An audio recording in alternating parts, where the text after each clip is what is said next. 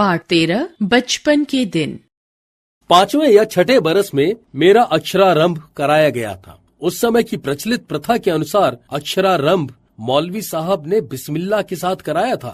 जिस दिन अक्षरारंभ हुआ, मौलवी साहब आए, मिठाइयाँ बांटी गईं।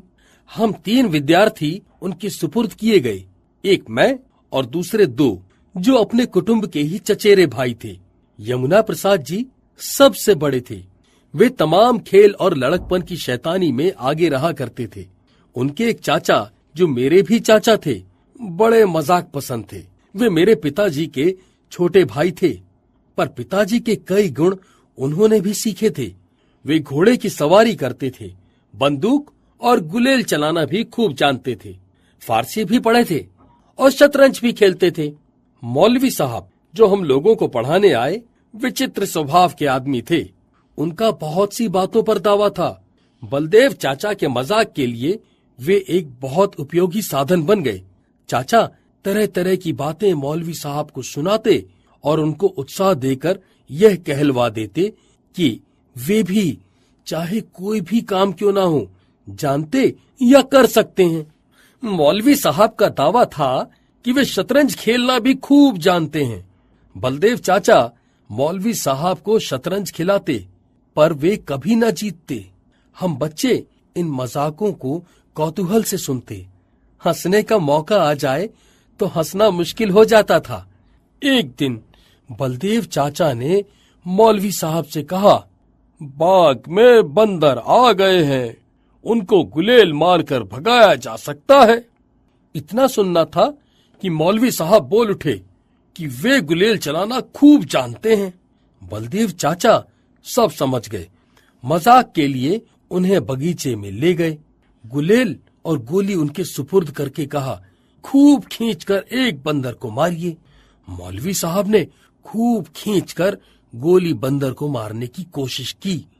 इतने में ही उनके बाएं हाथ के अंगूठे से तर तर खून टपकने लगा और चोट के दर्द से वे सहम कर बैठ गए।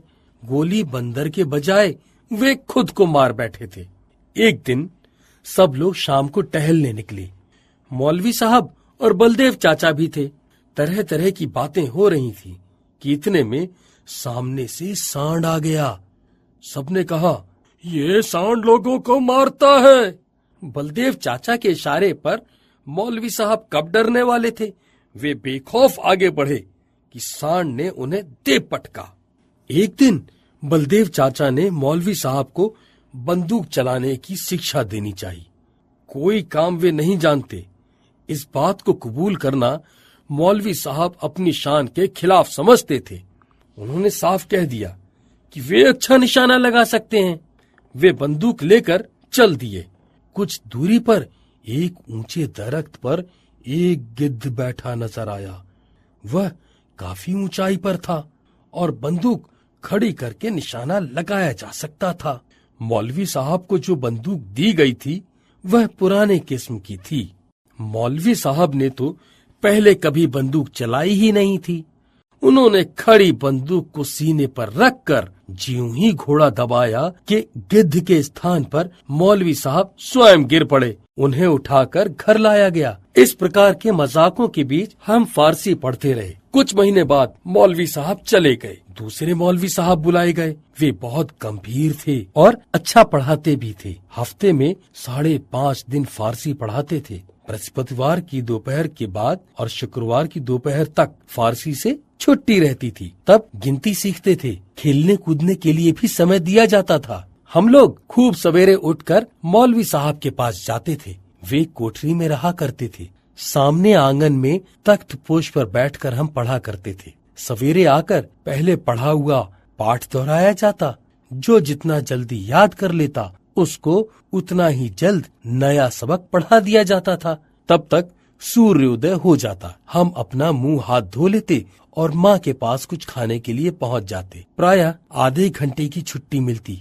नाश्ता करके लौटने पर सबक याद करना पड़ता और सबक याद करके सुना देने के बाद मौलवी साहब हुक्म देते, किताबें बंद करो। किताब बंद करके तख्ती निकालनी पड़ती। तख्ती भर जाती तो उसे धोना पड़ता। इस क्रिया में भी कुछ समय खेलने को मिलता। दोपहर को नहाने और खाने के लिए 1 या 1.5 घंटे की छुट्टी मिलती और खाकर फिर उसी तख्त पोश पर सोना पड़ता। मौलवी साहब चारपाई पर सोते।